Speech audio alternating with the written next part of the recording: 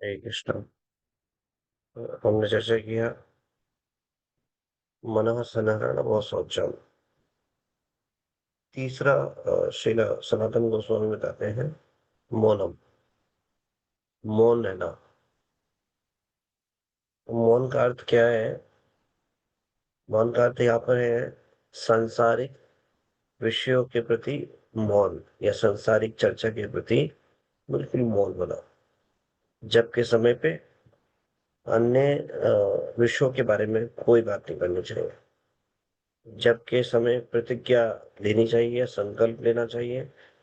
एक भी शब्द भगवान के नाम के अतिरिक्त कुछ भी मुंह से नहीं बोले। जबकि समय में अन्य कोई भी चर्चा नहीं, कोई भी अन्य विषय नहीं, ना उसको ग्रहण करेंगे ना बोलेंगे। तो ये श्रील सनातन गोस्वामी जी बताते हैं मौनम। जब वो बहुत ही महत्वपूर्ण कार्य है, ये हमें अपने माइंड को बताना चाहिए बार बार। अभी जब का समय है, मौन रहना है, बिल्कुल पॉज हो जाना है। तो यहाँ पर ये भी अटरिंग का मतलब है मुंह से बोलना, अटरिंग मुंह से कुछ बोलना। दूसरा, मन में अन्य किसी विषयों की चर्चा ना करना और किसी विषयों की तरफ ना मांगना। तो मौन रहना है सांसारिक विषयों से, सांसारिक चर्चा से। दूसरा, मौन का एक अर्थ ये भी होता है कि जैसे फॉर एग्जांपल मैं बताऊंगा। हाँ, एक बार मैं वृंदावन में गया हुआ था, तो श्रील प्रभुपाद क्वार्टर में मैं जब कर रहा था। तो मैंने एक देखा एक भक्त को जब करते समय कि अ, कई बार जो है दोष दृष्टि होने के कारण दोष बड़ी आसानी से देख लेते हैं। तो मैंने देखा एक भक्त जो है बैठे हुए जब कर रहे हैं, लेकिन वो मुंह से नहीं बोल रहे। उन्होंने माला हाथ में ले रखी है, मैं वो जब कर रहे हैं। तो जब करते समय मुंह से बोल नहीं रहे। मैं जब कर रहा था तो मुझे लगा अरे ऐसे कैसे जब हो रहा है, मैं ऐसे सोचने लगा।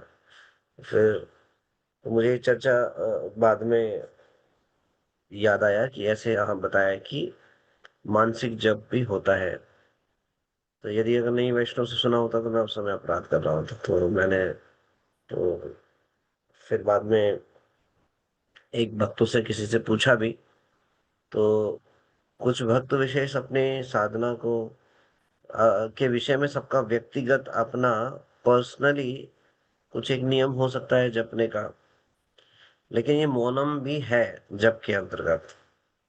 इस बात को स्वीकार करना चाहिए। श्रील सनातन गोस्वामी यहाँ पे मौनम का हमारे लिए क्या अर्थ बता रहे हैं। वो ये नहीं कह रहे पर्टिकुलरली आप मौन रहिए, मन मौन रह करके जप कीजिए। जप की तीन तीन प्रकार से जप किया जाता है। एक होता है उपांशु, वैखरी और मानसिक। इसको बोलते हैं वाचिक या उपांशु या मानसिक, ये भी इनको बोलते हैं। तो वाचिक क्या है? तेज लाउडली आवाज में बोलना। हरे कृष्णा कृष्ण कृष्ण हरे हरे, हरे राम राम राम हरे हरे। तो पांचू है सॉफ्टली अपने होठों को प्रोनाउंस हिलाते हुए प्रोनाउंस करना भगवान का नाम। हरे कृष्ण कृष्ण कृष्ण हरे हरे, हरे राम राम राम हरे हरे।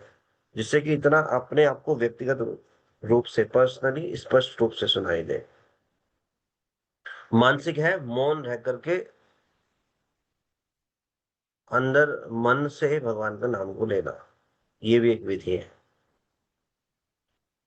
लेकिन मुख्यतः जप के अंतर्गत जो मुख्यतः आचार्यों ने, देखिए व्यक्तिगत रूप से भजन प्रणाली एक भक्त की, साधक की अलग अलग हो सकती है। इसमें कोई एक विशेष जप पे एम्फसाइज नहीं किया जाता।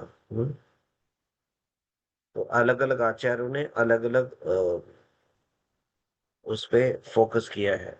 लेकिन मुख्यतः जो जप के अंतर्गत रेकमेंड किया जाता है या बताया जाता है, और श्रील प्रभुपाद जी ने मुझको बताया है, वो है उपांशु।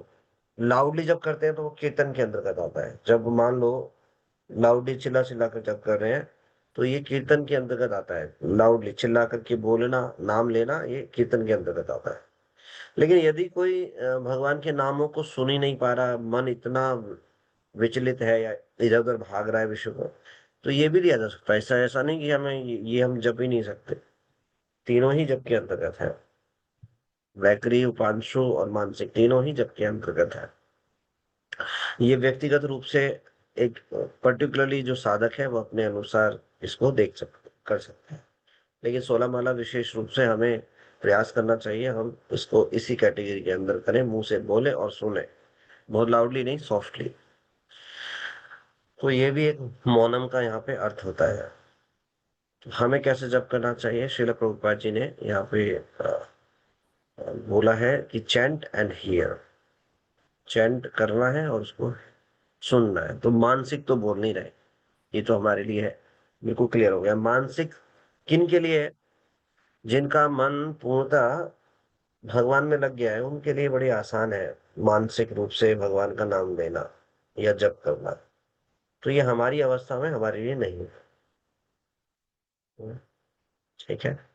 तो हमारे लिए मुंह से बोलना और सुनना ये महत्वपूर्ण है। अब इसको देखना है व्यक्तिगत रूप से। मान लो हम बहुत ही धीमे बोल रहे हैं और नहीं सुन पा रहे, फोकस नहीं कर पा रहे, भगवान के नाम पे इतना ज्यादा हम चित्त को लगा नहीं पा रहे, तो ठीक है, चिल्ला कर ले। नींद आ रही है, आलस आ रही है, तो तेज आवाज में नहीं, कोई प्रॉब्लम नहीं है।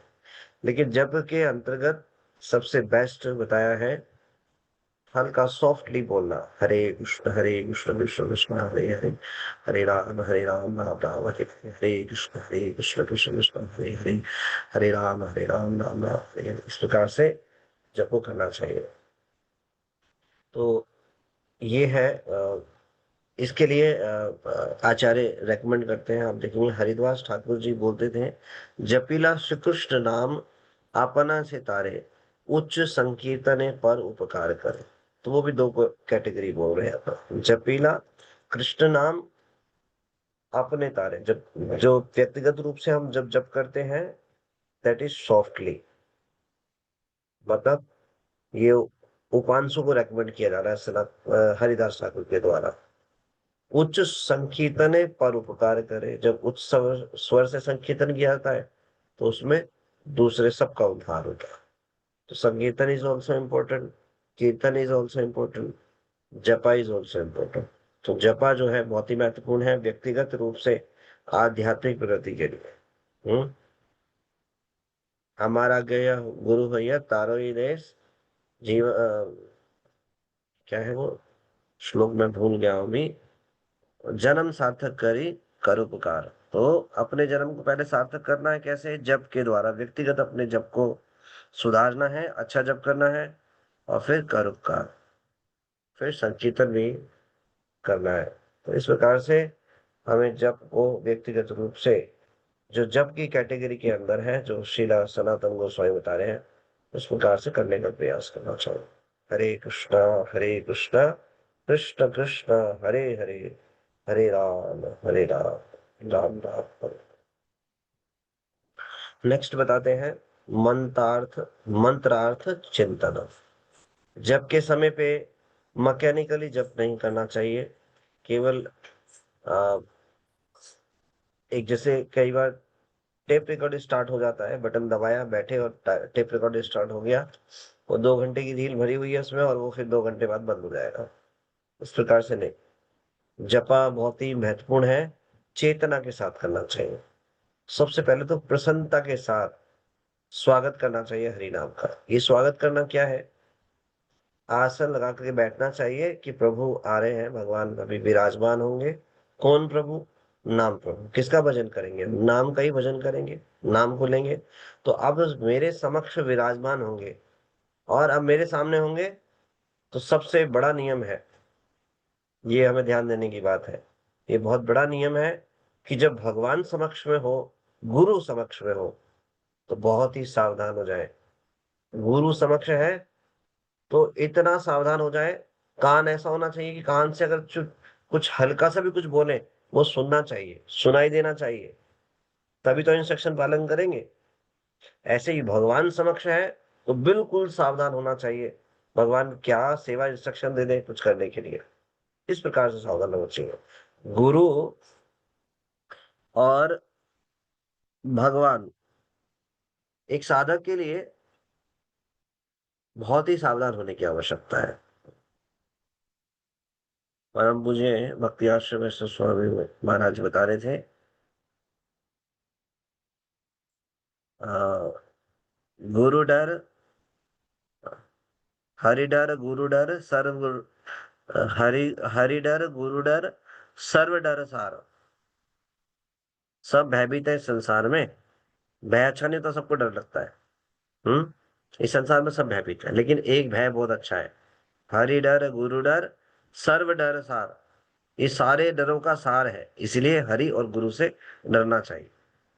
किस लिए डरना चाहिए? कोई मारेंगे पीटेंगे ऐसा नहीं, ये कृष्ण प्रेम प्रदान करने वाले मेरे स्वामी हैं, मेरे प्राणनाथ है, इनको प्रसन्न करना मेरी जिम्मेदारी है, इसलिए सावधान, इस प्रकार से भय होना चाहिए। साक्षात हरित्वेन समस्त शास्त्रे, इस भाव से हमें हरि नाम का स्वागत करना चाहिए। बहुत ही चेतना के साथ जब करना है, जब को जब शुरू करें तो क्या करने जा रहे हैं, बहुत महत्वपूर्ण कार्य है। ये भगवान की बहुत ही असीम कृपा हुई है जो हम भगवान का नाम ले पा रहे हैं। अनेकों अनेकों लोग हैं जो जानते ही नहीं हरि नाम के बारे में, लेते ही नहीं भगवान के नामों को। ये श्रील प्रभुपाद जी की असीम कृपा है, मेरे गुरु की असीम कृपा है, सब वैष्णव समाज की सबसे बड़ी कृपा है। ये जीवन का सबसे महत्वपूर्ण कार्य करने के लिए मुझे मिल रहा है। तो सावधानी पूर्वक इस प्रकार से आसन लगा करके बैठना चाहिए। यानी कि अगर पैरों में कुछ समस्या है, नीचे आसन लगाकर नहीं बैठ सकते, ठीक है, अन्य स्थानों पर बैठ सकते हैं, कुर्सी पे भी बैठ सकते हैं, लेकिन चेतना यही होनी चाहिए कि भगवान गुरु समक्ष है, उनकी ये सबसे महत्वपूर्ण इंस्ट्रक्शन है, भगवान की महत्वपूर्ण इंस्ट्रक्शन है, सततम कीर्तयन्तो माम एतन्तश्च दृढ़व्रता। हम्म। तो भगवान कहते हैं मेरा सततम कीर्तन करना है, गुरु कहते हैं हरि नाम लेना है। महाप्रभु कीर्तन नित्य गीता, वो भगवान के इस नाम कीर्तन में मेरे को लगाते हैं। तो ये सबसे महत्वपूर्ण इंस्ट्रक्शन है। अब उनको प्रसन्न करना है, वो मेरे समक्ष है, गुरु भी मेरे समक्ष है। गुरु चित्रपट के रूप में बैठे नहीं है, साक्षात समक्ष है। गुरु तत्व जो है सीधा भगवान से क्या है, संबंधित है। गुरु तत्व सब कुछ जानते हैं हमारे विषय में, क्योंकि परमात्मा स्वरूप है, सबके हृदय में बैठे हुए हैं। उसके द्वारा भगवान गुरु को हमारी स्थिति के बारे में सब कुछ जना देते हैं। तो ये नहीं सोचना चाहिए गुरु यहाँ नहीं है, इसी भाव से बैठना चाहिए गुरु बैठे हैं मेरे पास। एक उदंड जो बच्चा होता है या माता पिता क्या करते हैं, डंडा लेकर उसके सामने बैठते हैं। हम्म, पढ़ाई करते समय कई बार याद है बचपन में माता पिता डंडा लेके बैठते थे, अब तू हिलकर दिखा यहाँ से, जैसे हिलेंगे डंडा पड़ेगा, तो हिलेगा नहीं। तो हमारे हृदय में प्रेम तो है नहीं, तो एटलीस्ट डंडे के भय से ऐसे बैठ जाना चाहिए।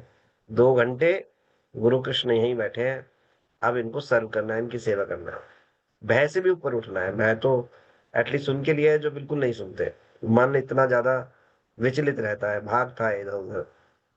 तो एटलीस्ट 2 घंटे बैठ जाना चाहिए आसन लगा के, इस प्रकार से जैसे डीटी वर्कशिप हो रही है, शुद्धता के साथ, पवित्रता के साथ, चेतना के साथ आप 2 घंटे पूरा प्रयास करेंगे।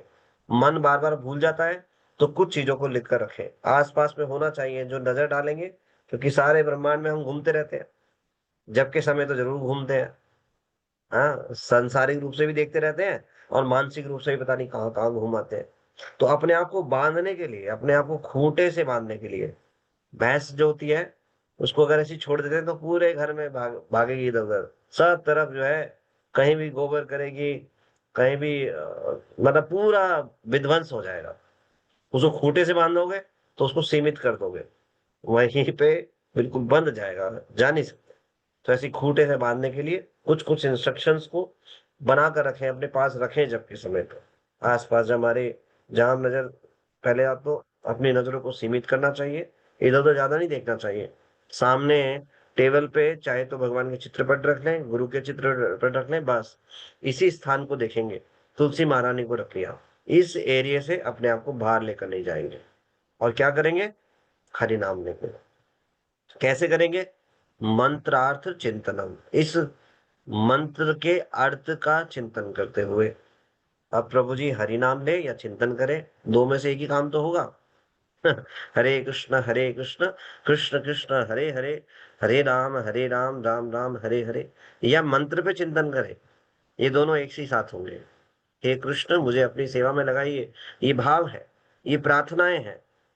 ये कैसे संभव होता है?